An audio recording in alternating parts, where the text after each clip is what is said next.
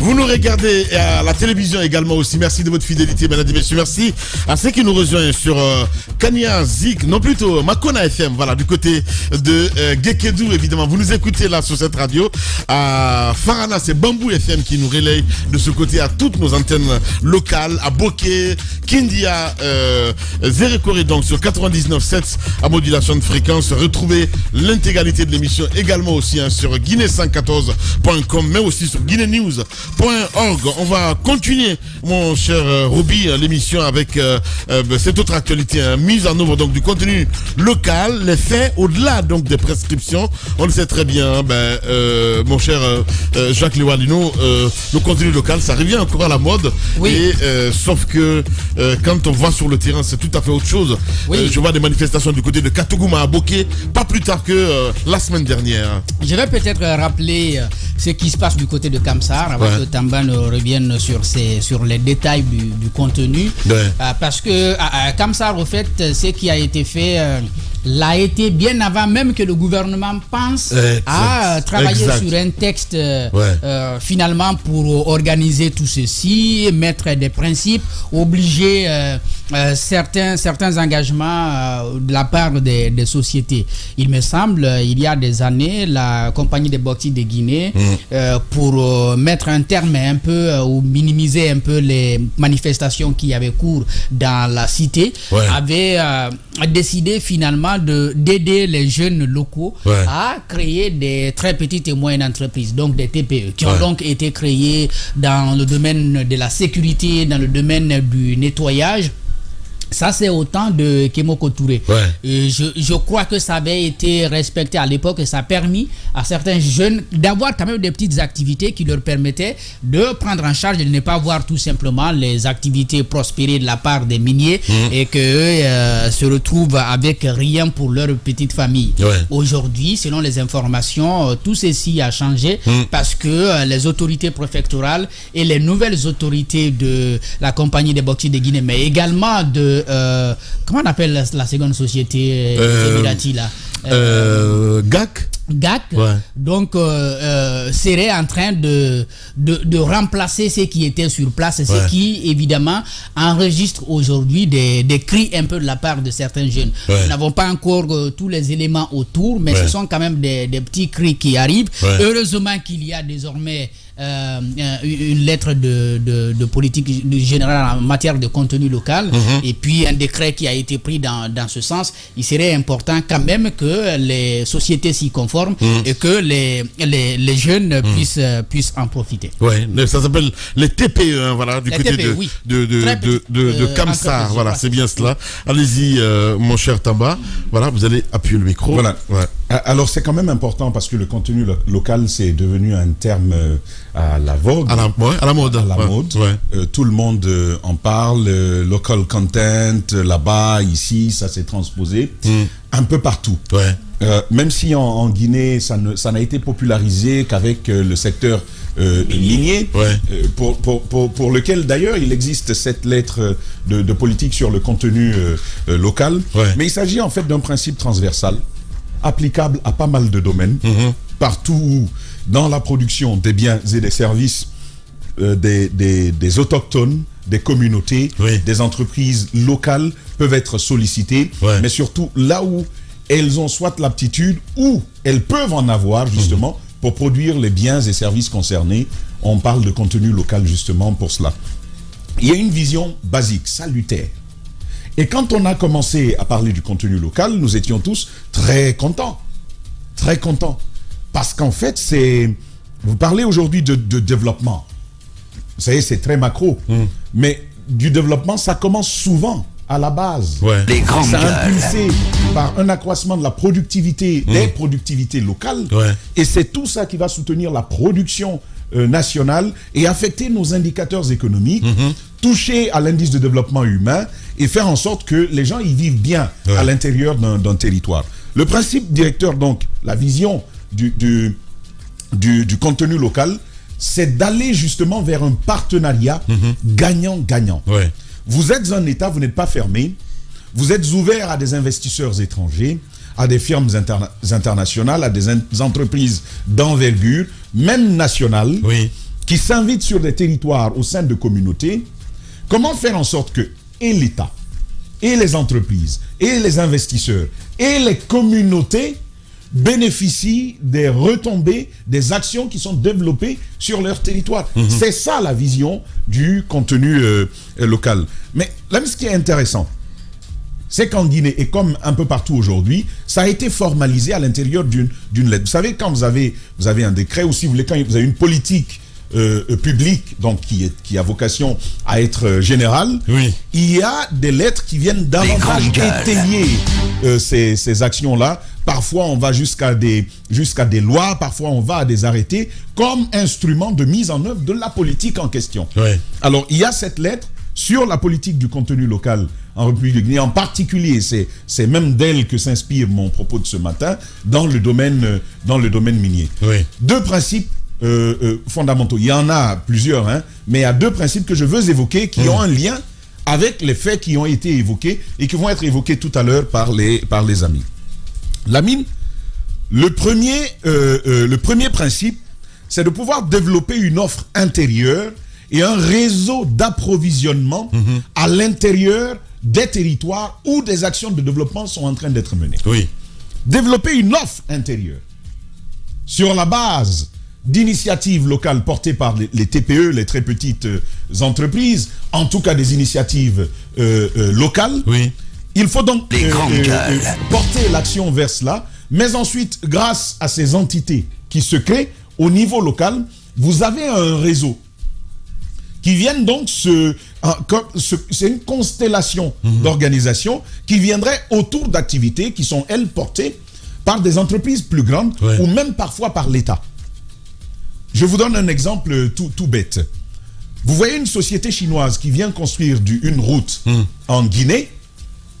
La société qui construit la route n'aurait plus besoin, suivant ce principe-là, d'aller par exemple produire du granit sur le sol guinéen, d'apporter du sable sur le sol guinéen, de trouver la main-d'œuvre qui vienne de Chine sur le sol guinéen. Les Guinéens peuvent le faire, la main-d'œuvre on peut la donner, tous ces intrants on peut les apporter, mais même quand on ne saurait pas le faire, cette lettre, et je vais venir plus tard, c'est bien le deuxième principe du contenu local, c'est de développer des aptitudes et des compétences locales qui vont permettre d'y aller. On va vous dire, nous on est en train de le faire parce qu'il n'y a pas de Guinéens capables de le faire. La question c'est... C'est ce qui se dit. Voilà, c'est ce qui se dit. D'abord, première chose, c'est surtout les Chinois du côté de Bofa, vous allez voir, c'est encore autre chose. Kamsa, même l'eau importée. Allez-y. Oui, mais à Kamsa, regardez ce qu'ils font. Même le potager, les cultures maraîchères, c'est eux-mêmes qui font. La laitue. Mais je parle de ça. Les Chinois cultivent leur propre laitue aujourd'hui. Leurs carottes, leurs laitues, leurs tomates, leurs concombres. Comment on appelle ce que les vieilles appellent la saladie. Elles font ça, ils font ça. Et ça se fait sur notre territoire. Nos autorités sont au courant. Alors que des Guinéens peuvent produire. Vous savez, c'est une chaîne de valeur. C'est ça la chaîne de valeur autour des activités économiques, des activités minières, des activités de travaux publics. Quand ça se fait comme ça, il y a celui qui va vendre son poisson, qui va voir qu'il y a une plus forte demande. Il y a celui qui va faire la carotte et sa laitue, même celui qui fait du porc. Vous savez, les Chinois sont très friands de porc. C'est ce qui fait même qu'il y a une hausse de valeur sur le prix d'un cochon aujourd'hui, à cause du fait qu'ils en consomment. Mais si vous les laissez eux-mêmes produire, c'est l'animal le plus consommé au monde. Quand vous les laissez eux-mêmes produire, vous avez un problème. Parce que ce deuxième principe que j'évoque veut que s'il n'y a pas de ressources comme ça à date, il faut les développer localement. Ça veut dire former les gens et leur donner les compétences, les outils et les accompagner pour pouvoir le faire. Mais ça ne se fait pas. La mine, pour me résumer sur ce deuxième niveau de principe, le contenu local favorise l'émergence de ce qu'on appelle le circuit court. Le circuit court, à l'intérieur d'un territoire par exemple, c'est qu'on crée les conditions pour que les besoins, les besoins des populations soient pris en charge par des acteurs locaux. Par exemple, si on consomme beaucoup de tomates, faisons en sorte que la tomate soit produite par un d'entre nous. Si c'est de la pomme de terre, faisons en sorte qu'on puisse l'utiliser. Pour qu'il y ait pomme de terre, qu'on puisse la consommer, Faisons en sorte que, par exemple, celui qui va faire du sel soit à côté. Et qu'on n'aille plus sortir l'argent de là pour l'envoyer ailleurs, on le prend là, c'est ça le circuit court. Oui. On favorise ça et c'est l'intérêt de développer le contenu local. Je dis encore une fois que là, ça manque et les exemples, ils sont légion. Lamine, je termine avec les mécanismes. Les mécanismes du contenu local, parce que c'est important de rappeler ce détail-là. Un premier mécanisme, c'est le développement des entreprises locales. Il faut développer les entreprises locales. Ça veut dire quoi? Ça veut dire les créer, promouvoir ces initiatives. Aujourd'hui, avec la PIP, ça va. Ça va très très vite aujourd'hui. Les créer, les outiller en termes de compétences, en termes de ressources. Il faut les outiller. Mieux, favoriser leur émergence en les recrutant pour les besoins qu'elles peuvent réaliser. Oui. Sans aller ailleurs. Mais ce qui se passe aujourd'hui en Guinée, on arrive, de la Chine notamment, parce qu'ils sont très champions dans ça, on arrive, et comme le Guinéen... Pas que les Chinois, hein. Mais Lamine, mais vous savez... Les Indiens sont pires, hein. Vous savez, partout il y a une tête de file. Et c'est d'eux que je parle là.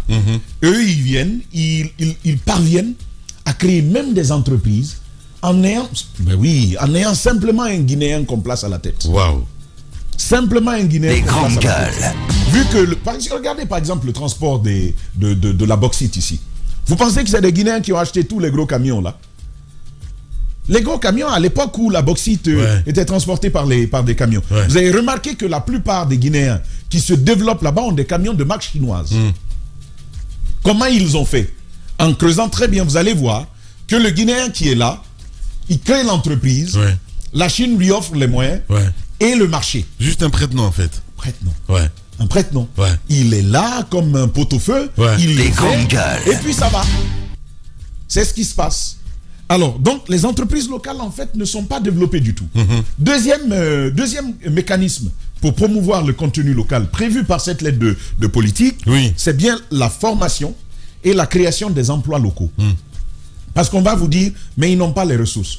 Les entreprises basées localement le savent. CBG est en quelque sorte un peu en avance sur beaucoup d'autres sociétés parce qu'ils ont favorisé un moment la création d'entreprises, donné quelques marchés à des entreprises locales. Ils ont avancé dans On a reçu Kemoko qui avait expliqué à un moment le mécanisme, comment ça se passait. Pourquoi d'ailleurs? Qu'est-ce qui l'a poussé à le faire? Voilà. Il a poussé beaucoup de jeunes du côté de Kamsar. Absolument, à l'époque.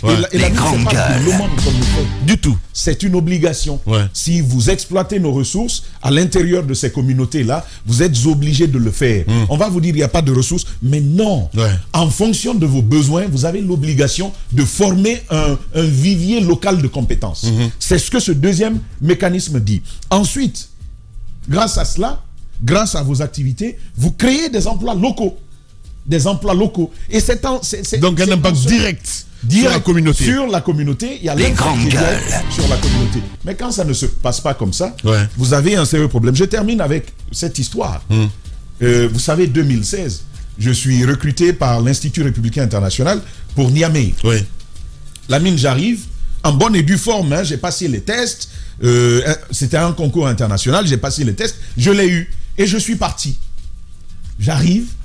Au moment des enregistrements, on dit « Ah, monsieur, c'est l'avocat de l'institution. Hein. Il faut que vous passiez à la direction de la surveillance du territoire pour vous enregistrer. Pour ça, il me faut un certificat de résidence. Il me faut aller dans un tribunal à Niamey. Et ensuite, j'appelle par ici pour m'envoyer un document. J'obtiens tout ça. J'ai le certificat de résidence. Celui qu'on vend 10 000 là. Quand tu appelles, tu envoies ton petit frère. Le chef de quartier et tout ça. Chef de quartier, il te demande tu veux combien. Les grandes tu peux prendre 12. Campos, il fait bien ça. Il signe juste en bas. C'est pré-signé. On dit tu veux combien. Si tu veux 12, tu payes 120 000. Les grandes Moi, on a dit qu'il fallait que je prouve que j'avais jamais été condamné. Eh bien. Bah oui. J'ai dû appeler ici. Qu'on m'envoie un document, c'est quoi? Casier judiciaire. Je le prends légalisé, hein, je le prends, je l'envoie là-bas. Et à la cour d'appel de Niamey, c'est sur cette base que je vais à la gendarmerie, on va me délivrer finalement le certificat de résidence. Ce que nous on donne gratuitement là, quoi. Carte de séjour en fait. C'est comme ça que ça s'est passé. C'est dingue. Et donc voici, j'apporte tout ça à la direction de la surveillance du territoire. On dit, monsieur, qu'est-ce que vous faites ici? Je dis, je suis recruté comme consultant pour l'Institut républicain. quelles seront vos responsabilités là-bas? Je les décline. L'avocat me revient plus tard, on dit, mais on a ce type de compétences au Niger. On n'a pas besoin d'une ressource extérieure pour venir occuper un tel emploi. C'est un véritable combat qui va ensuite s'engager. J'avais heureusement l'appui de la directrice de l'institution qui a engagé ce combat-là. On a passé plusieurs jours avant de m'autoriser, avant de me donner mon permis de travail. J'étais expatrié avec un permis. Je vois. Et ça se passe au Niger. Oui, mais au Niger, c'est comme ça que ça s'est passé. J'ai bien compris.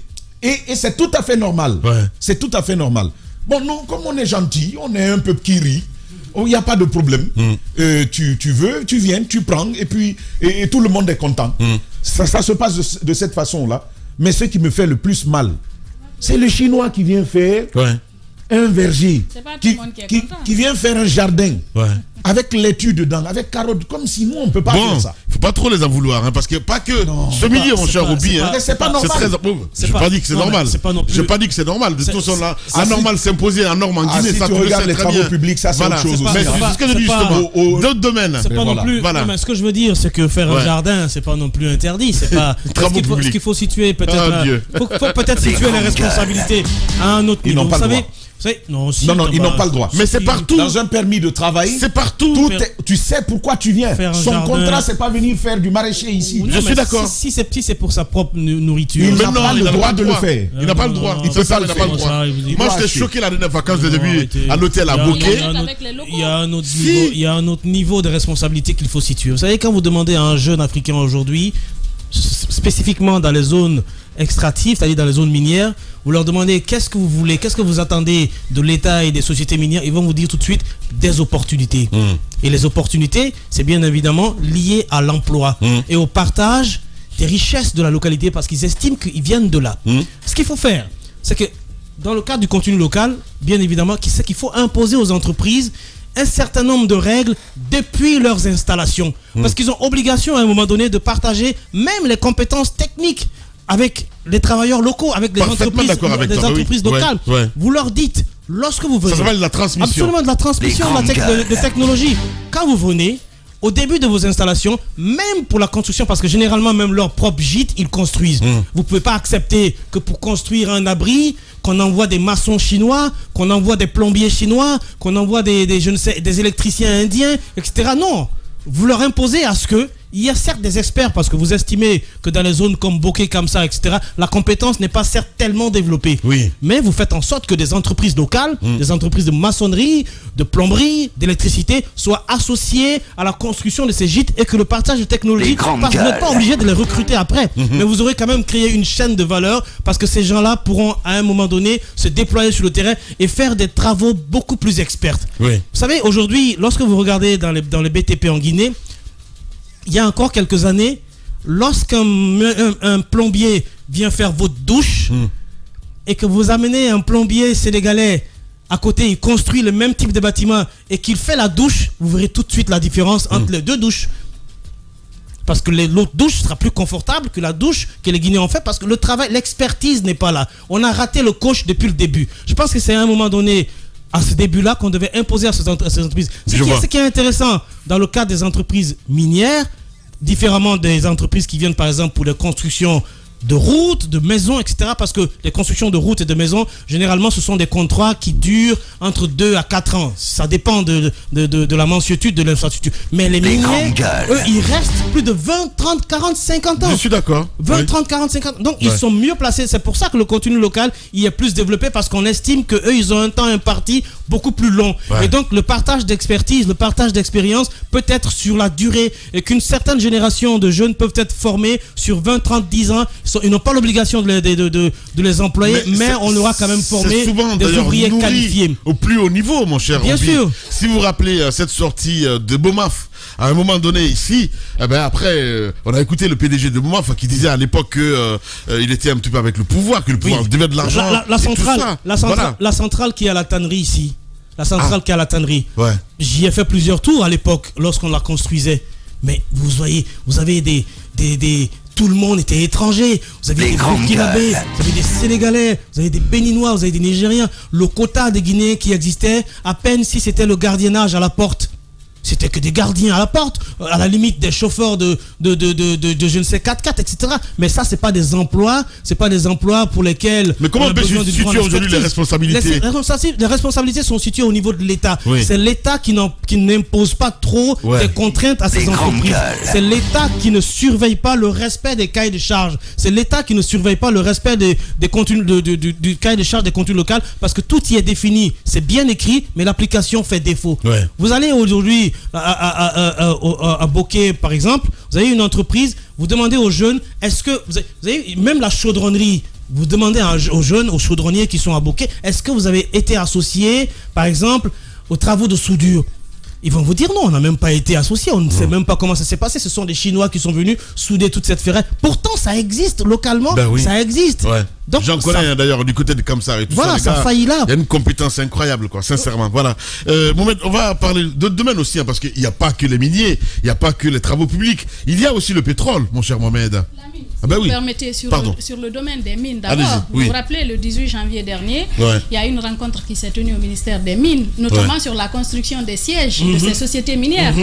Il y a au moins 109 sociétés minières, 109 les grandes gueules qui ont été intimées de construire leurs sièges, et l'État leur donne 18 mois. C'est une obligation d'ailleurs, mais ça n'a jamais été respecté d'ailleurs. C'est à l'article 30, alinéa 2 du code minier qui l'exige. Qui l'exige. Et normalement, quand une société minière. SMB quand même un siège ici. Non, en fait, je parle des sociétés qui ont été intimées à toutes les grandes sociétés internationales basées ici. J'étais présent lorsque le ministre, je crois que c'était le ministre du budget, qui annonçait ça au siège de Société Générale. Toutes les grandes sociétés étrangères établies doivent désormais avoir leur. Je comprends. Et c'est pas désormais, c'est dans le code minier par exemple, à l'article 30 alinéa 2. Et depuis l'indépendance, cette exigence n'a pratiquement pas été respectée. C'est-à-dire, les gens, ils viennent, ils décident de s'installer comme ça, alors que c'est une exigence du code minier. Et maintenant, ces sociétés-là, on a, par exemple, nous, notre rédaction s'est intéressée au dossier 109. Imaginez 109 sociétés qui doivent, dans 18 mois, avoir leur siège. C'est impossible. Imaginez comment ça, c'est impossible? 18 mois, ils ont le pognon pour ça. Allez-y. Mais non, mais je pose des questions, madame. Non, mais quand même. L'école de Bonfils. Tu t'approches du mur, Tu t'approches du mur, ce matin. Pardon. Allez-y, madame. Les sociétés minières, est-ce que vous savez ce que ces gens-là, comment on appelle, gagnent comme revenu chez nous? Ils peuvent même importer des préfabriqués s'ils veulent. Comme ressources chez nous. Et puis surtout pour les Chinois, c'est tellement rapide. En un claquement de doigts, ces gens-là peuvent construire leur siège. C'est tellement rapide de nos jours. Je pense qu'il suffit d'une certaine exigence. Il suffit... Parce que, imaginez, on tape du poing sur la table. On dit qu'on a trouvé le code minier en tant que tel. On n'a rien touché.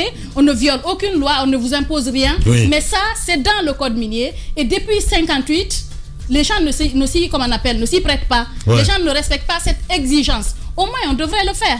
Imaginez, ils n'ont touché à aucune convention. Mais qu'on vous dise au moins de respecter le contenu. Je pense que ça commence là. Si une société refuse de construire même son siège, et l'État laisse faire alors que c'est une exigence, c'est nos textes de loi qu'il faut respecter. Mais imaginez comment vont-ils traiter nos travailleurs. Vous vous rappelez cette société qui était là, qui était gérée par des Indiens, où il y a eu cet accident de travail avec quand il était ministre Odav Industries. Cette société qui fait des pointes, je crois. Justement, on a vu des travailleurs guinéens qui travaillent dans des conditions mais pitoyables. On les a reçus d'ailleurs ici. Les vrais gens. Il est tombé sur les pointes, il a perdu la vie. Justement parce que les conditions de travail ne sont pas respectées et l'inspection générale du travail est là. Qu'est-ce qu'on fait réellement de ces travails-là? Combien de plaintes nous recevons ici à chaque fois de ces travailleurs qui n'ont pratiquement quelquefois pas de contrat? Ils n'ont pas de contrat, mais qu'est-ce qui est à la base de tout ça? Parce que l'État ne se préoccupe pas des ressources humaines, la mine. Vous savez, les ressources humaines, les locaux, mais partez dans vous savez, vous voyagez tout le temps. Quand vous voyagez, par exemple, ici, combien de Chinois vous voyez qui débarquent ici, qui viennent pour travailler? Justement, comment ça se passe? Normalement, on ne devrait pas nous ramener des prisonniers de la Chine pour venir travailler. On a des gens ici qui ont besoin d'emploi. Et cela, il faut former les gens, il faut apprendre à passer la main. que par exemple quand une société s'installe, après cette société, que les locaux puissent faire ce travail-là à merveille. Bien. Et surtout qu'on ne perde pas que le sol. Imaginez des gens, en parlant de contenu local, on fait déguerpir des citoyens, on prend leurs terres où ils cultivaient, où ils faisaient quand même du bétail, où ils ne peuvent plus faire rien de tout ça. Je les ai écoutés ce matin à 5h sur Radio Espace, dans le journal de 5h de Espace Kakandé. Justement, le sol est dégradé complètement. Ils ne peuvent plus cultiver, mais qu'est-ce qu'on leur offre en contrepartie? C'est la question qu'il faut poser. Et ça, c'est l'État. L'État doit être exigeant par rapport aux gens qui viennent. Ils doivent défendre les droits des Guinéens. Parce que c'est leur terre, ils n'ont pas où aller là. Bien, madame, merci beaucoup. Parfois, ils n'hésitent même pas à détruire les terres de source. Tu me demandais. Pour terminer rapidement sur les Chinois. Les Chinois, ben voilà. Mais ils attirent quand même, mais c'est pas possible. Les grandes gueules. Au fait, Jacques. Le problème, moi, il faut seulement que nous, Africains, nous fassions un peu l'effort. Vous partez à Gekedou, il y a que des Chinois qui travaillent.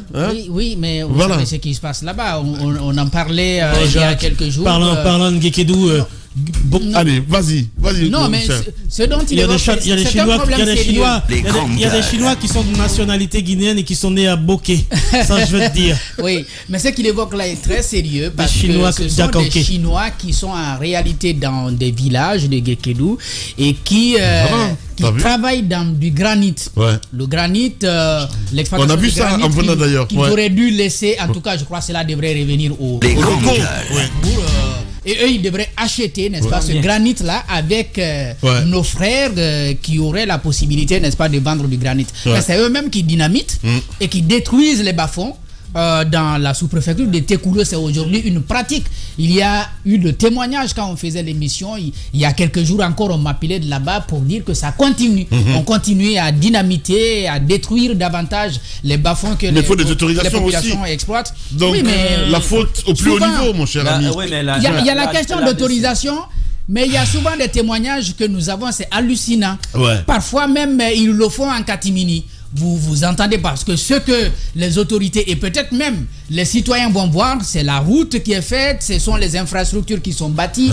Mais on a eu des témoignages, mais c'est hallucinant. Parfois, parce que quand ils entrent au village, ils y arrivent souvent avec des ouvriers qui sont en majorité chinois. Les quelques Guinéens qui sont avec eux jouent naturellement comme les celui qui avait osé prendre la parole à la maison des jeunes. À la maison des jeunes. Mais je crois qu'il se souviendra longtemps. Qu'ils jouent en tout cas des seconds rôles. Eux-mêmes, ils sont au cœur de l'activité qui est menée sur le terrain. Ce travail de granit est aujourd'hui une préoccupation essentielle. Et lorsque vous regardez quand même de l'inverse, parce que ça, c'est pas seulement nous Africains. Même les Occidentaux n'ont pas la possibilité de faire en Chine ce que les Chinois font en Afrique.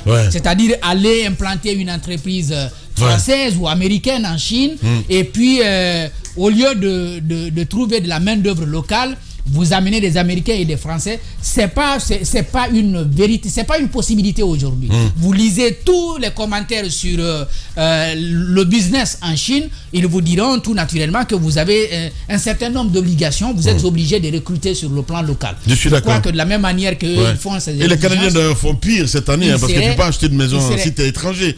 À moins que il serait en tout cas normal que du côté du Canada. Mais au-delà des granites et des bas-fonds, il y a même le ministère de l'élevage ou le ministère de l'environnement qui doit être alerté, parce que aujourd'hui on parle même de disparition d'un certain type ou d'un certain nombre de serpents dans les zones où les Chinois s'installent, et même des agoutis et autres. Donc il y a une chasse désordonnée même. Donc même la faune et la flore est touchée par la présence des Chinois. Vous savez qu'ils bouffent tout. Sauf des espèces endogènes qui disparaissent. Et ça aussi, point d'interrogation. Il n'y a plus de margouillat, il n'y a plus de pour les serpents seulement. Non. Les serpents, tout ça. C'est pas normal, hein. Donc, la COP25 aussi. Hein. Les GG. Être indépendant, c'est se donner les moyens de faire surgir des vérités de fait qui vont nous bousculer intimement. Bousculer nos propres préjugés, nos propres aveuglements. Chez nous, nous le faisons depuis plus de 10 ans en terre guinéenne. Bokeh, Zérékoré, Kindia, Labé, Conakry. Les GG sur Radio Espace Guinée. Elle, c'est le rossignol.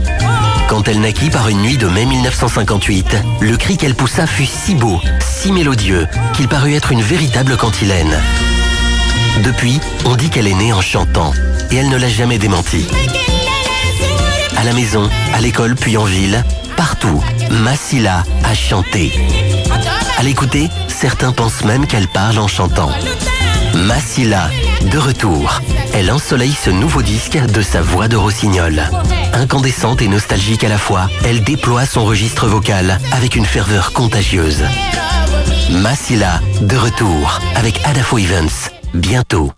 Il est le mythe de la tradition, des grands cheikhs marabouts, des koras, balafons. Sa carrière confirme son talent et lui donne raison. 30 ans après le début d'une carrière qui l'a mené plus loin qu'aucun autre artiste guinéen avant lui, la longévité de la carrière de cet artiste d'exception est à l'image de son talent. Ibro Diabaté, 30 ans de carrière, avec Kalak Radio, Kalak TV. Bientôt. Toute la semaine, les GG se mettent à l'heure des hommes et des femmes qui, partis de rien, relèvent le défi et gagnent cette aventure humaine. Les sujets spontanés qui vous intéressent nous interpellent. Toute cette semaine sur Espace, les GG à la rencontre de gens qui refusent de se laisser envahir par la morosité. Entre 9h et 11h, suivez un show unique en Guinée. Bougeons-nous. Les GG, le talk show qui bouscule l'actualité. Les grandes gueules. Tout sur les dessous de l'actu. Ici, l'actu rime avec liberté de ton sur Radio Espace. Oui, sur Radio Espace, vous nous regardez également aussi à la télévision, évidemment. Cette semaine consacrée, vous le savez très bien, Bougeons-nous. Vous allez entendre des témoignages dans cette émission, les GG. Allez, on se concentre un petit peu. Allez-y, mon cher Mohamed Mara. Roby, tu fais de la télé en même temps. Parler de ce sujet, moi je pense que le seul responsable véritablement c'est l'État guinéen. Vous avez commencé par l'exemple de Tamba au Niger. Ouais. Ça en dit long quand même. Ça en dit assez long, nous amène à réfléchir à ce qui se passe chez nous. Ouais. Le code de Les grandes gueules. La réglementation au niveau de la GIP prévoit par exemple que quand vous employez quelqu'un, même un Guinéen, vous avez 8 jours pour déclarer cet emploi. 8 jours seulement. C'est même si c'est un Guinéen que vous avez employé, vous devez le déclarer au bout de 8 jours. Mais qu'est-ce qui se passe avec tous ces étrangers? Nous aimons bien les étrangers, on a même besoin d'eux pour aller de l'avant. Dans ce monde actuel, on ne peut pas se développer en totale autarcie, c'est pas possible. Mais ce qui se passe en Guinée, on a l'impression d'être dans une jungle. Vous savez, même quand vous employez un étranger, il y a des limitations, ne serait-ce que pour la durée même du permis de travail. Ce permis de travail, on ne le renouvelle qu'une fois. Oui, il y a un permis de travail. Okay. Et il n'est renouvelable qu'une seule fois d'ailleurs. Ouais. Et il faut prouver que cet expatrié que vous engagez, vous l'engagez pour des tâches dont vous ne pouvez même pas trouver les qualifications sur place. Or, ce qui se passe, généralement, on vous envoie quelqu'un qui, parfois, dont les qualifications sont même en deçà de ce que vous pouvez trouver. C'est ce que je n'arrive pas à comprendre. Donc, on ne protège pas nos emplois. Les seules limitations fixées, notamment par la législation, c'est quand il s'agit des ressortissants de notre communauté CEDEAO. C'est tout. Mais pour le reste, moi, je ne peux pas comprendre qu'un Chinois en Guinée cultive sa propre laitue. Vous parlez tout à l'heure de sociétés qui produisent les granites. Normalement, ça leur est interdit. Ce qui se passe, c'est que quand ils arrivent, ils créent des sociétés de droit guinéen avec 1 ou 2 Guinéens, et puis après on les retrouve. Mais Lamine, sais-tu par exemple que dans le domaine des routes, ils vendent le camion à 150 000 francs la tonne aux autres sociétés chinoises, mais les entreprises guinéennes de granit, les sociétés guinéennes comme Gicopress, Begego, Diter, Mètre Cube, pardon. Voilà, le Mètre Cube, ces sociétés-là, les sociétés guinéennes, par exemple, telles que Guiter et ainsi de suite, vont l'acheter, tu sais à combien? À 220 000. Le Mètre Cube. Là où les Chinois vont l'acheter à 150. C'est-à-dire, là, on vous dit, ils viennent, et là, vous pouvez les trouver aujourd'hui pratiquement sur le flanc du Mont Kakulima, par exemple, avec tous les dangers que cela comporte. Et à la dynamite. Et vous savez, là où vous dynamitez, ce n'est pas là-bas que va rester l'impact. Ça va sur des centaines de mètres au moins. Et avec le temps, qu'est-ce qu'on est en train de faire? Déjà, dans un pays où, dans la capitale, vous avez des milliers de forages qui prédisposent même Conakry selon pas mal de géologues, même à d'éventuelles activités sismiques.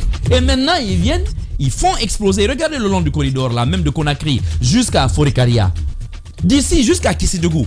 Vous avez dû remarquer des usines qui font du concassage de granit sur la route. Mais ce qu'on apprend, c'est que la plupart des sociétés avaient reçu l'ordre de fermer au 30 juin et les dernières devaient fermer le 31 décembre dernier. Mais toi, tu as reçu des appels de Gekedou. Est-ce avant ou après le 31? Ça c'est bien après, non, je crois. Ah ben voilà. Ça veut dire que les sociétés continuent néanmoins de le faire. Ouais. Les carrières continuent d'être exploitées. Non, mais moi, je suis venu... Or, ça, ce sont des marchés qui sont réservés exclusivement aux Guinéens. Tu vois, Mara, je suis rentré après vous, carrément. Absolument. Mais l'activité continue. Continue. Ces usines-là continuent de travailler. Alors, que fait l'État? Le problème qu'on a, c'est que ceux qui sont chargés de contrôler pour le compte de l'État, eux-mêmes baignent dans une corruption ambiante. C'est cela. Lamine, excuse-moi, laisse-moi... on va continuer, Mohamed, si tu veux bien. Je te donne 10 minutes là-dessus, hein, parce que le temps de la pause, évidemment, on revient avec les auditeurs. C'est bien cela, c'est un sujet vaste, évidemment, avec beaucoup de secteurs à évoquer ce matin, mesdames et messieurs. On revient dans la troisième partie de l'émission, avec d'autres sujets aussi à développer avec vous. Les infos à suivre avec Ralph Béchani et Joseph Faratinkara. Mise en œuvre du contenu local, les faits au-delà des prescriptions. On continue le débat avec vous, mon cher Mohamed Mara. Évidemment, vous étiez en train d'évoquer d'autres cas. Mon cher Mohamed, vous allez appuyer sur le bouton. Oui. Et puis, l'antenne est à vous. Alors, je vous rappelais tantôt le cas de ceux qui se sont spécialisés dans l'extraction de la granite, de la granite, justement, des carrières de granit dans le pays. Et les dernières décisions qui ne semblent pas encore respectées. Là, il va falloir que le ministère des Mines et de la Géologie se fasse respecter sur le terrain. Ouais. Nous avons sillonné le pays récemment et nous en parlons encore ce week-end avec des acteurs quand même clés du secteur. Ça continue et ça doit cesser. Cela doit cesser. On connaît les conséquences sur l'environnement, mais je ne peux même pas comprendre que même des secteurs qui sont réservés normalement, exclusivement aux Guinéens, qu'on y retrouve des étrangers. Moi, j'ai quand même du mal à accepter cela. Et vous disiez tout à l'heure, vous parlez de la qualification de la main-d'œuvre guinéenne. Je ne suis pas d'accord avec vous. Énormément d'efforts sont faits dans ce pays ces dernières années. On ne se rend peut-être pas compte parce que nous ne sommes pas dans ces secteurs-là. Au niveau, je vais vous dire une chose, les écoles professionnelles guinéennes aujourd'hui, j'ai l'intime conviction qu'elles forment mieux que l'enseignement supérieur. Les grandes gueules. Il y a pas mal d'ouvriers qualifiés actuellement dans ce pays. Et certains, et certains avec de grosses expériences dans des compagnies, dans des entreprises de pointe, genre les mines, ainsi de suite. Mais il y a d'autres pays qui ont réussi en Paris. Vous voulez venir en Guinée? C'est le cas de ce consortium franco-sud-coréen qui doit venir travailler, qui doit venir installer une usine d'aluminium. Ouais. Qu'est-ce qu'on fait? On commence par où? On ouvre une école à Koya. On recrute des ouvriers qualifiés et là, on les forme aux techniques dont ils auront besoin une fois que leur usine sera sur place. Pourquoi ne pas l'imposer à toutes les compagnies qui arrivent chez nous? C'est ça en fait la question que je me pose. Les compagnies arrivent et s'en vont. Mais après, il n'y a même pas de perpétuation justement de ces qualifications. Parce qu'au bout de 30 ans... C'est un argument qui ne tient même pas parce que pour des sociétés qui creusent, ramassent et exportent, je crois qu'on peut avoir des compétences sur le plan local. Peut-être pour une... Non, il faut exiger. Non, il y a des choses à faire. Il y a des choses à faire. Non, c'est pour l'argument qui est avancé. J'ai eu à sillonner. On a beaucoup de puisatiers. On sait faire ça au moins. Il y a eu des choses à faire il y a des choses à faire dans ces domaines-là où ne serait-ce que pour des questions de sécurité et de sécurité, il faut quand même les former. Évidemment. Je dis qu'il faut insister pour que ces entreprises-là soient impliquées dans la formation d'une main-d'œuvre locale et dans sa qualification. C'est la moindre des choses à faire. De l'autre côté, vous voyez ailleurs aujourd'hui, vous pouvez aller ouvrir ce genre d'entreprise en Chine si vous n'avez pas d'actionnaire, de co-actionnaire chinois. Non. Lamine, essayons, au lieu d'aller au Sénégal, essayons d'aller mettre espace en Chine. Tu vas voir les conditions. Ne serait-ce que pour tâter le terrain. Tu vas voir ce qu'ils vont te poser. Mais je vous donne un exemple tout bête. Les Chinois qui étaient arrivés dans... Comment s'appelle cette compagnie-là de l'ancien ministre Ahmed Kanté? AGB quelque chose comme ça. Le nom va me revenir. La compagnie de Ahmed Kamté, qui a été avec Mathurin Bangoura, vous savez, c'était les deux seules compagnies guinéennes, typiquement guinéennes, qui avaient réussi quand même la prouesse d'extraire leur première tonne de bauxite et d'exporter. Mais lui, c'est que pour lui, c'est typiquement à 100% guinéen. Mais il y est allé avec des Chinois. Vous savez ce qui s'est passé? À un moment donné, quand ils ont commencé l'exportation, les Chinois sont devenus plus gourmands. Ils ont trouvé ici, dans notre propre administration et dans l'appareil sécuritaire, des complices qui ont délogé le monsieur. Le monsieur a été arrêté ici, si vous vous souvenez, il y a plus d'un an. Pendant combien d'heures, voire de jours de garde à vue?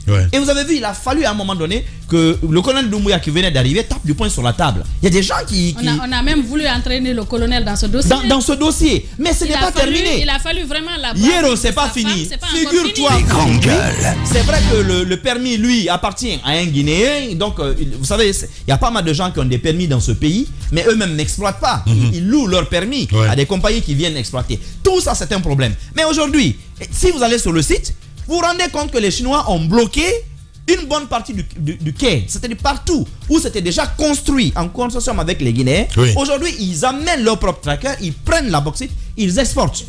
Et là, c'est l'État guinéen, des cadres de ce pays, qui ont encouragé cela.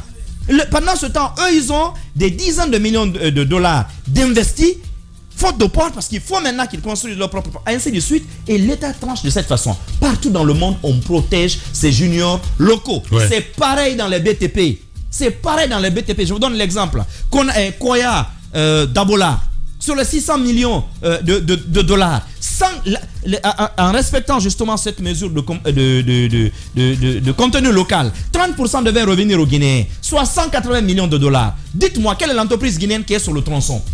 Les 180 millions de dollars devaient revenir à des groupements, notamment genre Dico Press, les Guiters, ainsi de suite. Mais on a tout laissé aux Chinois. Et aujourd'hui, les Chinois seuls sont capables de vous dire ce qu'ils sont en train de construire. Ça répond à quelle spécification?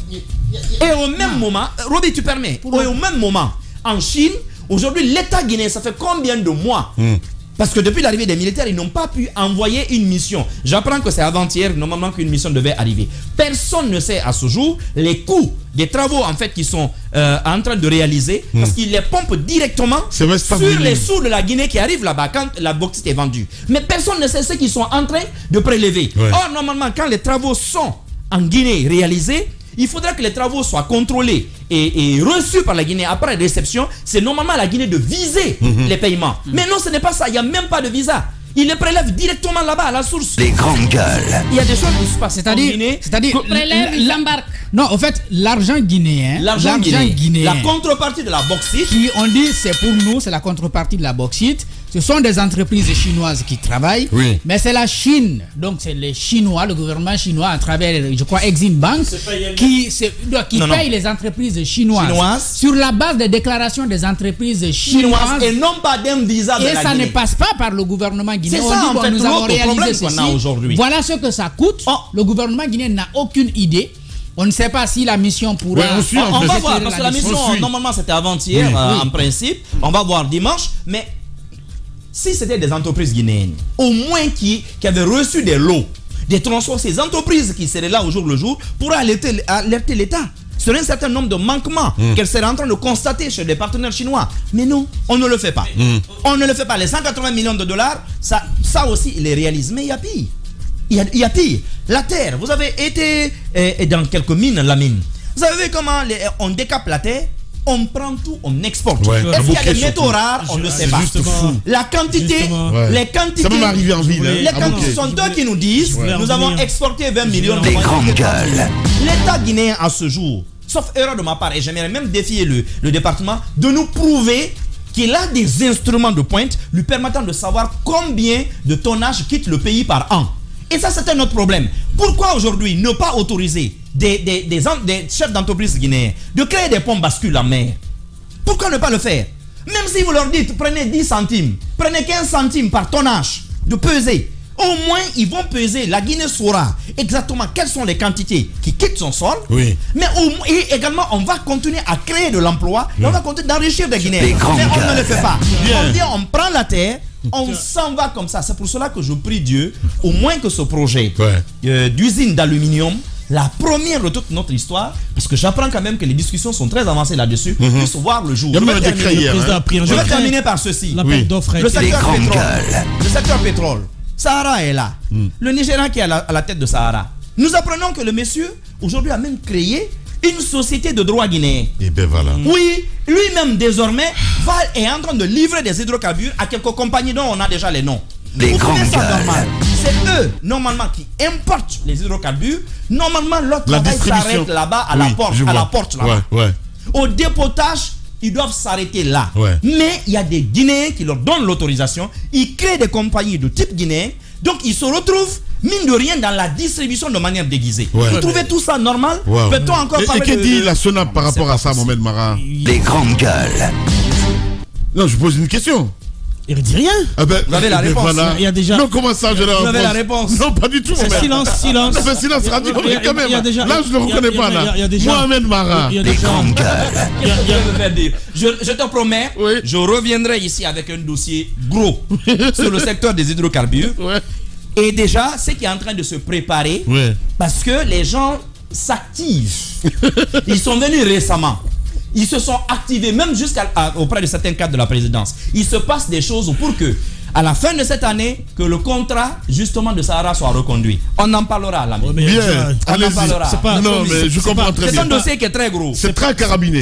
Voilà. Allez-y, mon cher Roby. C'est pas de la nouveauté, hein. Le Béninois d'Alpha Condé le faisait déjà. Ouais. Ben oui. Pour en venir un peu à la question, donc c'est pas une nouveauté. Les grandes gueules. La SONAP, c'est la grand-mère qui couvre ce genre de bébé depuis sous Alpha Condé. Donc, c'est pas nouveau, on en sait quelque chose. Mais pour revenir un peu au cas des miniers. Mais où est la mère? La mère, c'est la SONAP. Et c'est la grand-mère en même temps? Et c'est la grand-mère en même temps. La grand-mère, c'est la grand-mère, c'était la présidence Alpha Condé à l'époque. D'accord. Donc maintenant aussi, la grand-mère, c'est la présidence. Ça, j'en sais rien. On est en train de travailler sur le dossier. On en sait rien. On est en train de travailler sur le dossier. On est en train de travailler sur le dossier. On n'allait pas y toucher, moi, justement. Là, mais c'est comme une patate chaude, en fait. Mais c'est ça le truc, en fait. C'est comme une patate chaude. Mon cher Roby, allez, crache. On va venir avec un gros dossier. Ben ouais, c'est ça. Pour en venir un peu à l'inquiétude de Mohamed sur la nature et la quantité des minerais qui sont exploités. Tu devrais plutôt t'inquiéter parce que ça concerne Bokeh. Parce que c'est à l'entrée de Bokeh où j'ai vu. Moi, je suis guinéen, mon cher Roby. Non, mais attends, c'est à l'entrée de Bokeh où j'ai vu. C'est à Bokeh où j'ai vu. C'est à Bokeh où c'est à Bokeh où j'ai vu que les Chinois transportaient la bauxite sur un tapis roulant. Non, c'est pas à Bokeh, c'est à Bofa. C'est la même chose, c'est la même zone là-bas. C'est la même zone là-bas. C'est pas possible. C'est la même zone. C'est la région. Alors, Mohamed Mara, je t'explique. C'est pas la région de Bokeh. Mohamed Mara, je t'informe. Mohamed Mara, c'est pas la région de Bokeh. C'est la région de Bokeh. Mais c'est pas à Bokeh. Oui, mais c'est la région de Bokeh. Allez, vas-y, Roby. Les grandes gueules. Mohamed Mara, je vais te dire une chose. C'est en Guinée où j'ai vu des Chinois refuser des permis avec les mêmes teneurs, Madame Hiro, et les mêmes caractéristiques que certains autres permis.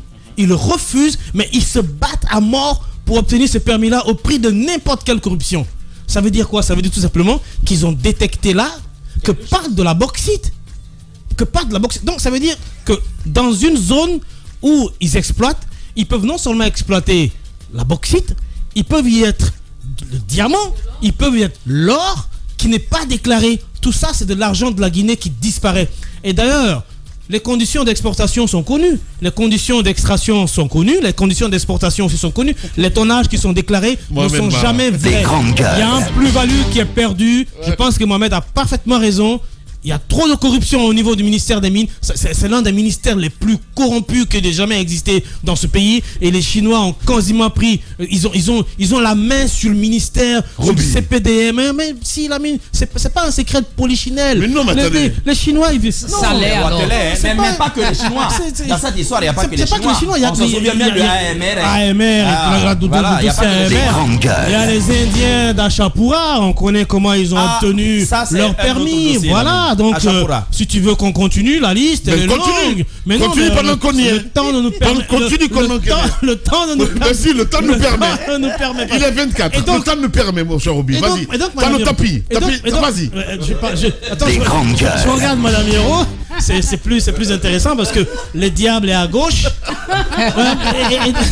Et donc pour vous dire, dans les conditions normales, lorsque vous venez pour l'obtention des permis, vous avez l'obligation de reprendre les recherches. Ouais. Mais les Chinois, eux, quand ils reprennent les recherches, les résultats des recherches ne sont pas exhaustifs. C'est-à-dire que c'est pas toute la teneur qui est déclarée au niveau du ministère des Mines ou du CPDM, et c'est pas tout le contenu de la terre qui est déclaré, parce qu'ils y cachent beaucoup de choses. Ouais. On prend la terre, on l'envoie en Chine, on décante, on enlève la bauxite, on enlève le diamant, on enlève l'or, et finalement, non seulement la quantité de la bauxite qui a été extraite n'est pas vraie, tout le minerai qui existe n'a pas été déclaré, donc c'est de la fraude à outrance. Donc ça veut dire que l'État, c'est vrai qu'on se targue d'avoir transporté autant de quantités, ce qui n'est pas vrai, c'est qu'on a perdu. Si la Guinée devrait gagner 50 milliards de dollars sur une quantité de bauxite, je vous assure qu'on n'en gagne que 20. Et au-delà des 20, on perd aussi beaucoup d'autres minéraux qui devraient normalement être déclarés et qui devraient être payés. Et pour lesquels d'ailleurs, les permis ne sont pas. Parce qu'on dit permis d'exploitation de bauxite. On ne dit pas permis d'exploitation parce que chaque permis est catégorisé. On ne dit pas permis d'exploitation de diamants. Et à partir du moment où vous venez sur un sol et que vous venez dans le but d'extraire de la bauxite et on vous donne le permis d'exploitation de la bauxite, si vous y trouvez du diamant, vous devez renouveler un autre permis et déclarer ce permis-là et ensuite extraire. Mais ce n'est pas le cas. Donc c'est du vol organisé. Ouais. Piloté par le ministère des Mines. Ben voilà. Et à la présidence. Tu vas absolument m'amener là. Comment ça, je vais t'amener là? Mais c'est pas possible. C'est une jeune de l'endroit. C'est une jeune de l'endroit. C'est le ministère des Mines qui s'occupe de ça. Moi,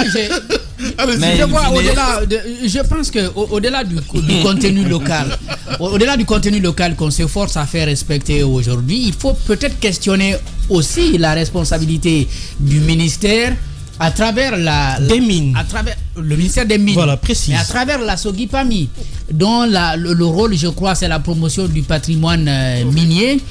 J'ai envie de me poser bien la question, comment ça s'est fait cette promotion-là? Parce que si même pour l'exploration, quand 60 ans que nous, Guinéens, nous ne soyons pas là-dedans, je pense que ça, c'est un problème. Il y a un véritable problème. Ça, attention, ça coûte les grandes gueules. Oui, ça coûte excessivement cher. Justement, mais en plus de 60 ans d'indépendance quand même. 60 ans, je crois, même s'il faut aller en consortium, comme on part en consortium pour l'exploitation, parce qu'on le fait quand même avec certaines parlons des pétroliers, les gars. Non, évidemment. Jacques, ce que je t'informe, les grandes gueules. Les études sur le sol guinéen sont connues depuis il y a très longtemps. Il y a un rapport qui est au niveau du CPDM qui date de, je ne sais, des années 70, mais un rapport caché. Oui, mais connu, est-ce que ça, c'est pas des quantités globales? Mais lorsque, par exemple, vous venez dans une zone que vous ciblez pour faire de l'exploration, par exemple, et déterminer s'il y a de la bauxite ici, et puis quelle quantité sur ce périmètre on peut y les grandes gueules. Je pense que déjà c'est un travail auquel les Guinéens doivent trouver en tout cas les moyens pour participer. On a de très bons géologues qui ont des résultats sur eux, mais qui sont mal payés, qui sont maltraités. La plupart du temps ont pris de l'âge. Et donc quand les Chinois, les Indiens et autres viennent, c'est très facile de les corrompre, de les avoir vers eux. De mon point de vue, c'est ce qu'il va falloir corriger pour que nous participions d'abord à l'exploration et peut-être à l'avenir, pourquoi ne pas disposer de sociétés d'exploitation carrément. On est bien sûr dans le monde libéral, on voudrait qu'on ait des compagnies et puis nous on se contente d'avoir des redevances. Mais si on était nous-mêmes dans l'exploitation, le marché est très fermé. On n'est pas obligé. Le marché est verrouillé. L'État va dire que le marché est verrouillé. Les acheteurs pour acheter, pour vendre. Les plus gros acheteurs. Permets-moi de te dire. C'est même possible, Roby. Je te le dis parce que on dit avec l'avènement du CNRD, ils ont dit par exemple la quantité qui doit nous revenir. Ne vendez pas pour nous parce qu'à l'époque c'était vendu par les sociétés et les sociétés ramenaient l'argent et maintenant on dit nous-mêmes la quantité qui doit nous revenir nous pouvons vendre. Je pense que si on est dans l'exploitation, nous sommes quand même un État, on peut trouver des clients potentiels pour pouvoir vendre. On n'est pas aussi si vous voulez limité à ce point de ne pas pouvoir accéder à ce marché. C'est un marché extrêmement circonscrit. Je t'explique. C'est un marché extrêmement circonscrit. La SMB en est un exemple très palpable. Lorsqu'ils viennent sur le terrain et ils ont une zone on vous dit, bon, vous avez 60 000 tonnes à exploiter dans cette zone. Je t'assure que les 60 000 tonnes sont déjà vendues, prévendues en Chine. Déjà, c'est bouclé, c'est fermé. Tu ne peux plus avoir un acheteur sur ces 60 000 tonnes. C'est déjà vendu. C'est d'ailleurs, la plupart des entreprises, c'est avec cet argent-là, ils reviennent investir leur installation. Non, j'en viens. Et au-delà de ça, c'est que dans les 60 000 tonnes qui sont exportées, dans ces 60 000 tonnes, ils vont créer une société d'exploitation. Ils vont créer une société de transport. Toujours le même consortium, c'est pour ça que vous entendez parler consortium, SMB, Winning, etc. Ils vont créer la société qui va transporter même sur mer. C'est la même boîte qui va créer toutes ces sociétés, verrouiller complètement le marché. Vous ne pouvez pas y entrer, même si vous êtes puissant comme quoi. Vous allez retrouver le Chinois en Chine qui est le plus gros acheteur. Il va vous dire non, j'en ai pas besoin, alors qu'il sait déjà que sur le terrain, il a un vendeur sur place. Je crois qu'ils ont fait un travail pour en arriver là. On peut créer des conditions pour pouvoir, en tout cas, accéder à ce marché. Il n'est pas, quand on dit il est verrouillé, c'est parce que nous n'avons jamais rien fait pour y aller. On se contente des redevances. Les grandes gueules. C'est eux-mêmes qui envoient tout. Même les avocats, même les cabinets d'avocats, c'est eux-mêmes qui envoient tout. Allez-y, madame. On fait depuis 58. Les gens font des études, ils font des projets sur plusieurs années pour verrouiller ce système dont on parle. Et quelquefois, on fait des rapports, des études géologiques sont connues. La complicité de nos hommes. Bien sûr. La complicité de nos hommes, parce qu'on l'a souvent dit en Guinée, pratiquement on a un problème d'hommes. On a un problème de ressources humaines. C'est ce qu'on a en fait. Parce que vous avez des gens qui se disent, bon, ce pays est maudit, moi je vais en profiter. C'est ce qu'on dit souvent. Ils en profitent parce que ces richesses que nous avons, si elles ne bénéficient pas au pays, ça devient une sorte de malédiction. Parce que imaginez, depuis 58, on transporte cette terre rouge. Moi, je me rappelle, je suis né à Kindia, j'ai vu ce train qui part. Je suis né dans ça. Là, mais je suis en train de vieillir, mes enfants ont grandi, on continue à transporter cette terre rouge. Mais on a toujours des jeunes ici qui partent, qui prennent la Méditerranée, qui vont mourir parce qu'ils veulent aller à la recherche du mieux-être, du bonheur ailleurs, alors qu'on transporte cette terre rouge-là. Qu'est-ce qu'on fait? Quelle étude fait-on pour que toutes ces richesses que nous avons, vous avez vu ce reportage qui a été fait du côté de Bouléré sur, comment on appelle, les cours d'eau qui sont envahis par la terre rouge. Tout est envahi. Les champs, là où les gens cultivent, tout est détruit. À Sangaredi. À Sangaredi, tout est détruit. Ces gens qui sont là, ils n'ont plus de source d'eau. Ils n'ont plus où puiser de l'eau potable à boire. Mais qu'est-ce qu'on fait? Quelle étude fait-on en amont pour que nous puissions en bénéficier? Que fait-on par exemple pour que, par exemple, qu'on puisse décanter, savoir dans cette zone, il y a telle sorte de minerai, cette autre sorte de minerai. Qu'est-ce que nous faisons ici en Guinée pour quantifier, comment on appelle, pour avoir la quantité de bauxite qui est exportée. Comment peut-on rester dans un pays comme ça? Depuis, on ne connaît que ça. C'est la principale ressource. On suppose que, alors qu'on pouvait se focaliser sur autre chose, mais on laisse faire, on n'étudie pas. Nous avons de l'or, du diamant, vous avez toutes les richesses qu'il faut, mais on est là encore à dire non, ils sont plus forts. Nous, qu'est-ce qu'on fait depuis plus de 60 ans? Il faudrait que les gens se réveillent. Je suppose que avec cette alerte qui a été faite récemment au niveau du, même si on accuse le ministère des mines d'être complice, j'espère que quelques bons actes vont être posés allant dans le sens de savoir quelle quantité est exportée, où se trouve de l'or, où se trouve du diamant, pour que ça puisse, comment on appelle, profiter aux Guinéens. Bien, madame. Allez-y, t'en vas pour clore, évidemment. Voilà, alors je m'amusais tout à l'heure en écoutant mes confrères à regarder un peu les chiffres que les départements et eux-mêmes donnent. C'est même une sorte de simulacre et je pense qu'ils l'ont déjà dit d'une certaine manière. Je reviens là-dessus parce qu'en Guinée, de plus en plus, en tout cas sous Alpha Condé, on a vanté un boom minier, en l'occurrence un boom bauxitique en Guinée. Et c'est vrai parce que en 2016, nous sommes à 20 millions de tonnes d'exploitation. Ça allait très vite, hein? En 2016. En 2022, nous sommes à 72 millions de tonnes de bauxite qui sont exploitées. Il faut quand même dire que nous avons sinon, nous avons autour de 40 milliards de tonnes de bauxite, donc de réserves bauxitiques. Et sur les 40 milliards en Guinée, Boké seulement, la région de Boké seulement en a 23 milliards. Depuis toutes ces années, plus de la moitié. Depuis toutes ces années, à ces exploitations, mais dans le fond, on voit bien, il y a quelques années encore, ce qui se passait. Vous avez vu quand le professeur Alpha Condé parlait de zone économique spéciale. Des grandes gueules. Il joue là-bas. Il a osé le dire par rapport aux syndicalistes. Vous vous souvenez du syndicaliste Mara qui était allé là et qui voulait en savoir davantage. Il a dit ceux qui vont faire la pagaille à Bokeh, si on te prend là-bas. Alpha avait menacé. Vous vous rendez compte, un président de la République, bah oui, ça venait du haut sommet. Vous allez, parce que moi j'ai échangé avec des inspecteurs dans le domaine des mines, ils vont pour contrôler ce qui se passe sur le terrain. Les Chinois leur disent, moi connais pas toi, toi appelé Sécoutoria. Toi qui t'es ici, toi appelé Sécoutoria. Ils font comme ça. Ouais, c'est vrai. Et donc on se souvient d'ailleurs aussi à Kassouri qui avait menacé aussi à l'époque. Mais la mine, énervons-nous un peu. Tous ces chiffres-là, 20 millions de tonnes vous allez voir pourquoi. 20 millions de tonnes en 2016, 72 millions de tonnes en 2022, c'est des chiffres qu'aucun Guinéen n'a pu lui-même des grandes gueules. Aujourd'hui, ils ont les sites d'exploitation bauxite. Oui. C'est des no man's land.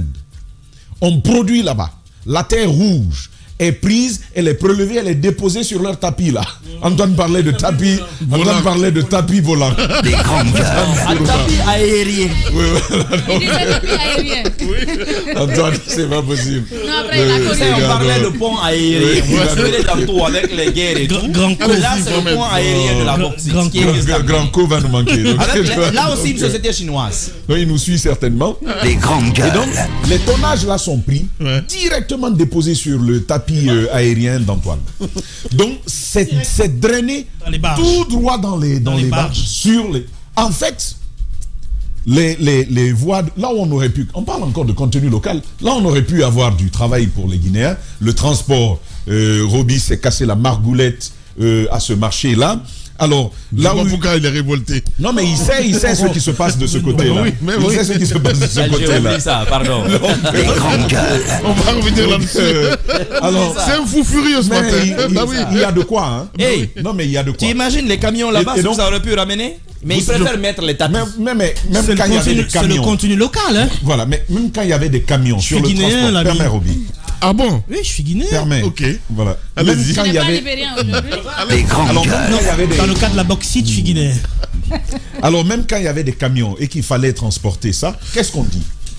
On dit, et ça c'est toujours par l'entremise de nos gouvernants, hein, on s'arrange à susurrer aux oreilles des Chinois et dites-leur qu'il faut des camions tout neufs pour éviter les problèmes.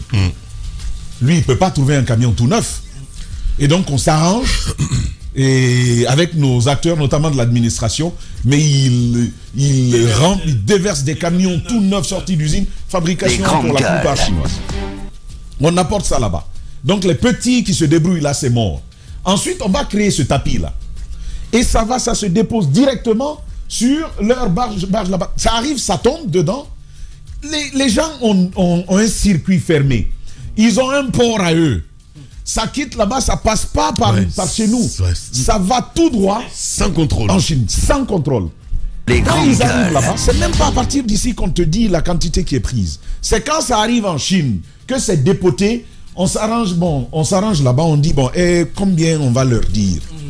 Bon, vous allez dire, mais non, 2000 tonnes c'est trop, 2000 tonnes c'est trop. Ouais. Disons, on a pris 500 tonnes, disons 500 tonnes. Ouais. On envoie ça aux Guinéens et ils notent. On est comme des maboules. Ouais. Et ils sont heureux. Et on est heureux. Bien. On note, la Guinée a envoyé 500 tonnes sur cette embarcation. On note ça. C'est ça on va comptabiliser. Bien. Toi aussi, laisse-moi terminer. Et donc, on va dans ça. La mine, mais c'est grave ce qu'on est en train de décrire. C'est grave ce qu'on est en train de décrire. Et je vais vous dire pourquoi. Pendant ce temps, on a convenu, et je rappelle que, par exemple, en 2000, et ça c'est l'État lui-même qui reconnaît, qu'en 2019, c'était une déperdition de 250 millions. Ça, c'est que sur la base des déclarations chinoises. Hein. Quel régime?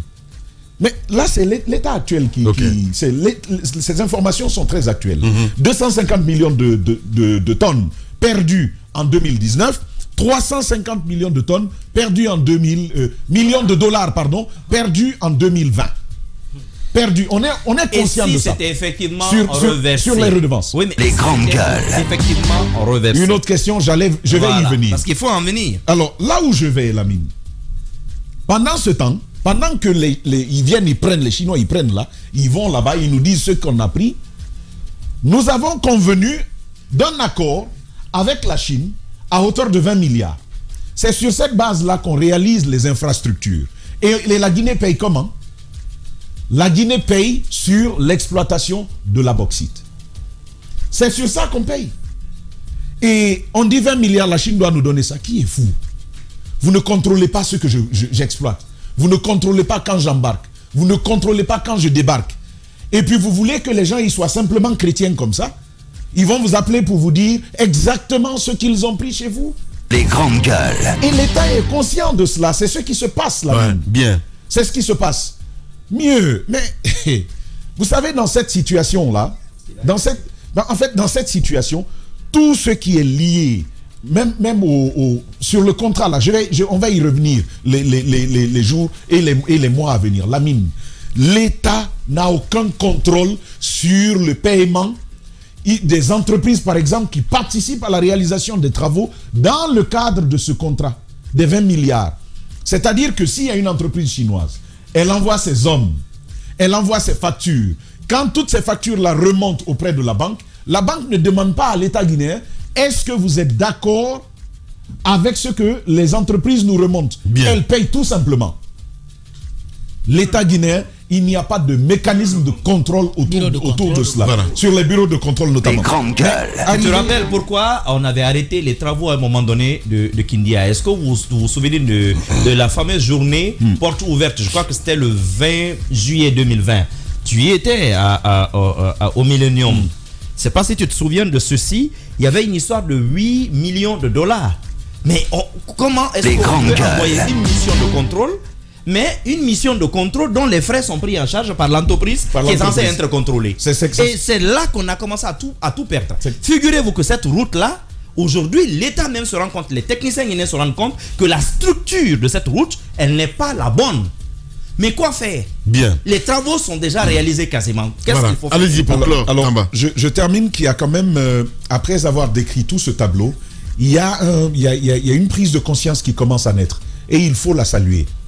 Par exemple, sur les redevances minières que ces entreprises groupées versaient à la Guinée, vous savez qu'on a réalisé en 3 mois, depuis que le CNRD est là, on a réalisé en 3 mois toute la recette annuelle de toutes ces entreprises-là, et sur seulement un certain nombre d'entreprises. Bien. En 3 mois. Pour vous dire à quel point, et c'est là que ça rejoint la préoccupation de Mohamed Mara, la question c'est, et si effectivement on payait?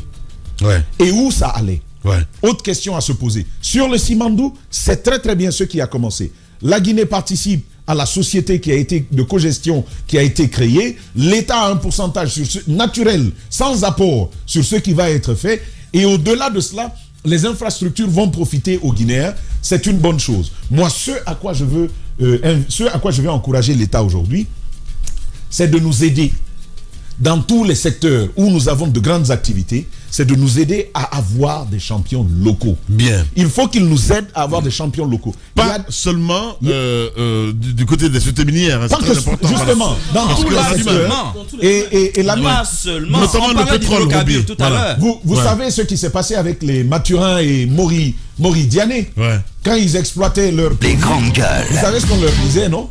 Ben, les gars, vu que vous ne pouvez pas envoyer, donnez-nous ici. Ouais. Et c'est les mêmes exploitants, c'est-à-dire c'est des concurrents qui achètent leur bauxite ici au prix qu'ils leur proposent. Bien. Parce que s'ils n'acceptent pas, ça va mourir avec eux ici. Malheureusement. Tu sais que les Guinéens de s'y soumettre. Est-ce que tu sais que des Guinéens, normalement aujourd'hui, je pense qu'il peut y avoir de l'expertise aujourd'hui, même pour que des Guinéens importent les hydrocarbures en Guinée. Je le pense. Dans ce pays aujourd'hui. Regardez, on a des Guinéens jusqu'au niveau management. Les grandes gueules. Jusque par exemple à Total Energy en France. Ouais. Tu as des Guinéens. C'est vrai. Tu as des Guinéens qui ont des sociétés de pétrole. Total maintenant. Curtis, il travaille à Total maintenant. Ça c'est maintenant. Il y a un autre Guinéen, Barry, comment il s'appelle, qui a beaucoup duré en Côte d'Ivoire, qui est directement au niveau du management de Total Energy jusqu'en France. Tu as par exemple le jeune de Bokeh là, de Kamsar, celui qui a la société de... Oui, Kamsar Petroleum.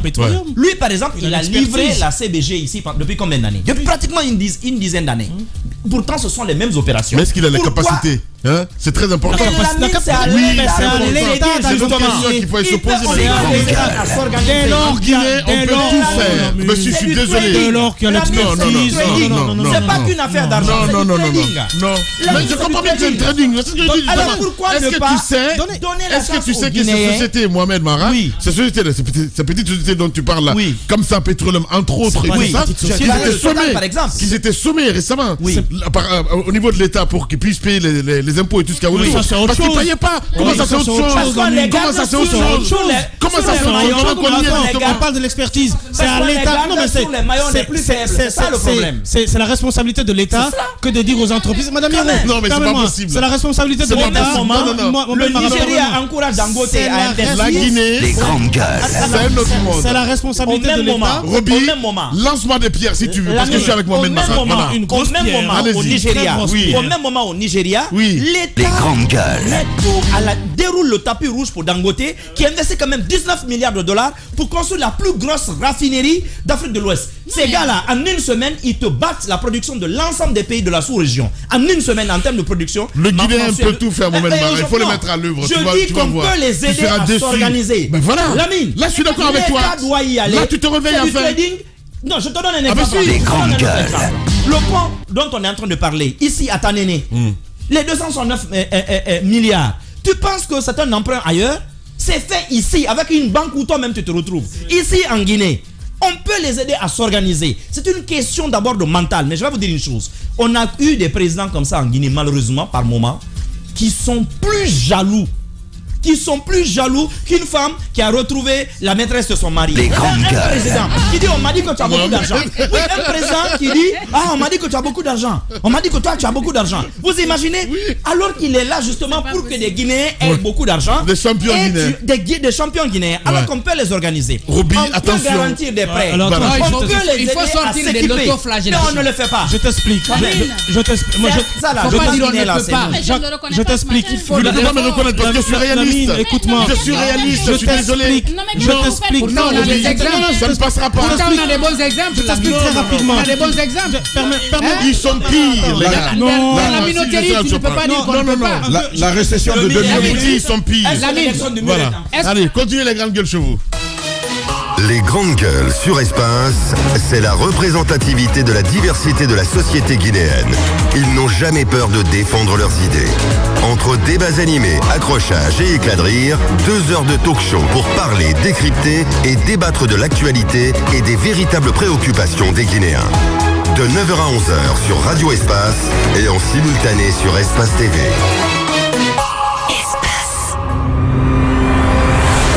Radio Espace, les grandes gueules tour, ça passera forcément à côté de chez vous. Retrouvez les GG à travers tout le pays. Commanditaires, décideurs, associez votre image au GG Tour. Bientôt sur Espace et le réseau des grandes gueules.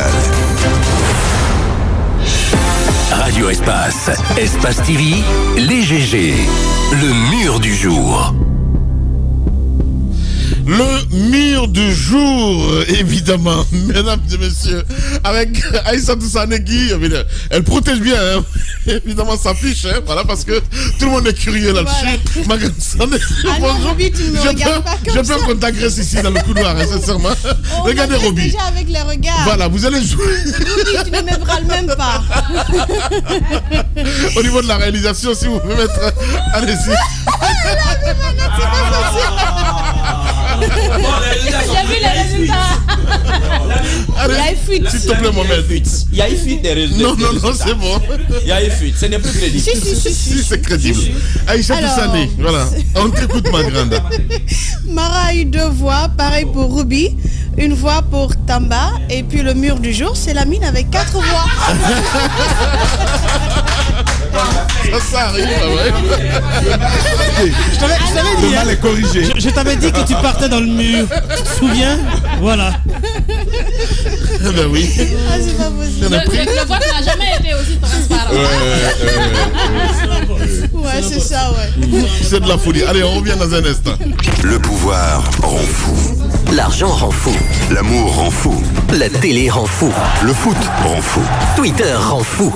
Mais moi, ça va. J'ai assuré ma tête et mon nombril. Et quand il n'y en a pas, le manque de pouvoir rend-il fou? Le manque d'argent rend-il fou? Le manque d'amour rend-il fou?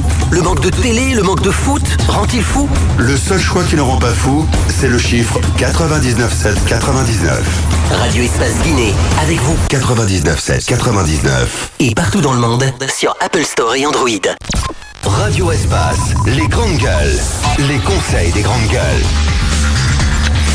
Oui, conseil des grandes gueules, avant de revenir sur ce sujet du côté de Kaloum avec Mohamed Mara. Allez-y mon cher Tamba. Ce conseil des grandes gueules, vous savez, il y a des forêts, il y avait un ensemble de forêts classées en Guinée.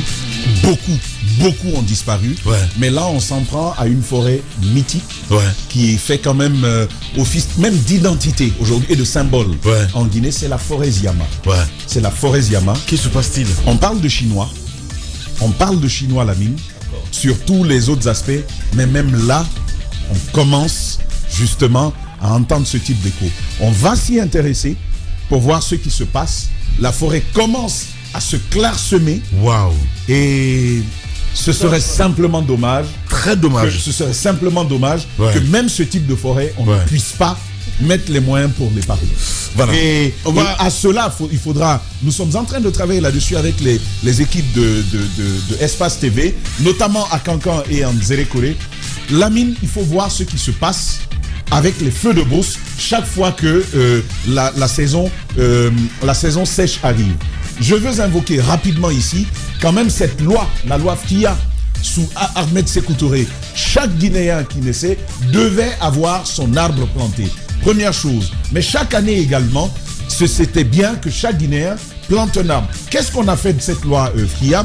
Au moment où notre couvert végétal est en train de se dégrader, au moment où on débloque des milliards pour gérer les questions, on dit reboisement, sous quelles conditions est-ce que tout ça se fait? Lamine, je dis encore une fois que ce vent de fumée, cette nuée de fumée, on refuse qu'on nous la serve continuellement. On va s'y intéresser avec nos caméras à l'intérieur de ces fumées-là et on va les porter à la connaissance de l'opinion. Merci beaucoup, mon cher Roby. Peut-être allez-y, madame. Oui, Lamine, je voudrais qu'on s'intéresse à l'école des sourds-muets de Boulbini. Vous avez vu certainement ces derniers temps, quand le président parle, vous avez au coin droit de l'écran quelqu'un qui est là, qui interprète le langage des signes. C'est la seule école qui existe en Guinée depuis les indépendances. Et c'est des enfants qui ne font que le primaire. Donc après le primaire, il n'y a aucune suite. Depuis plus de 60 ans. Qu'est-ce qu'on fait des sourds-muets en Guinée?